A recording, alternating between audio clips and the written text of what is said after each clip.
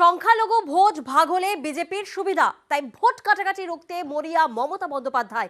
সুর চড়ালেন মুর্শিদাবাদের সভা থেকে, আবেদন জানালেন বিজেপি বিরোধী সব ভোট যেন তৃণমূলেই পড়ে, কোনোভাবেই যেন সিপিআইএম কংগ্রেসে না যায়।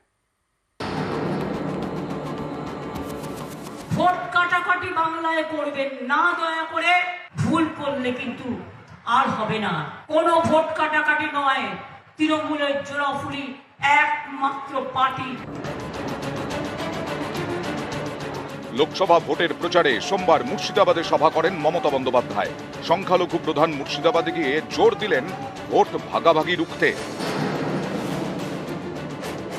বাংলায় বিজেপির দুটো চোখ, একটা সিপিএম আর একটা কংগ্রেস, দুজনে মিলে জোট তৈরি করেছে। এরা সকাল সন্ধ্যা আমাদের গালাগালি দেবে আর আমাদের ভোট কেটে সংখ্যালঘুদের মধ্যে ভোট ভাগ করে বিজেপিকে জেতাবে। মুর্শিদাবাদে লোকসভা ভোট এবং বিধানসভা উপনির্বাচন মুর্শিদাবাদের ভগবানগোলায়, সেখানেও ভোট কাটাকাটি রুখতে মরিয়া তৃণমূল নেত্রী। একটা লোকসভায়, একটা বিধানসভায়, একটা সিপিএম কে আর একটা তৃণমূলকে দয়া করে করবেন না ভাই বোনেরা। আমার হাত জোর করে আবেদন থাকবে আল্লাহ তাআলার কাছে, আমি দোয়া প্রার্থনা করি বিজেপি বিদায় নিক, বিজেপি যাক, বিজেপি ভারতবর্ষ থেকে যাক, দেশটা বাঁচান। পশ্চিমবঙ্গের সবচেয়ে বেশি সংখ্যালঘু মুর্শিদাবাদ জেলায়।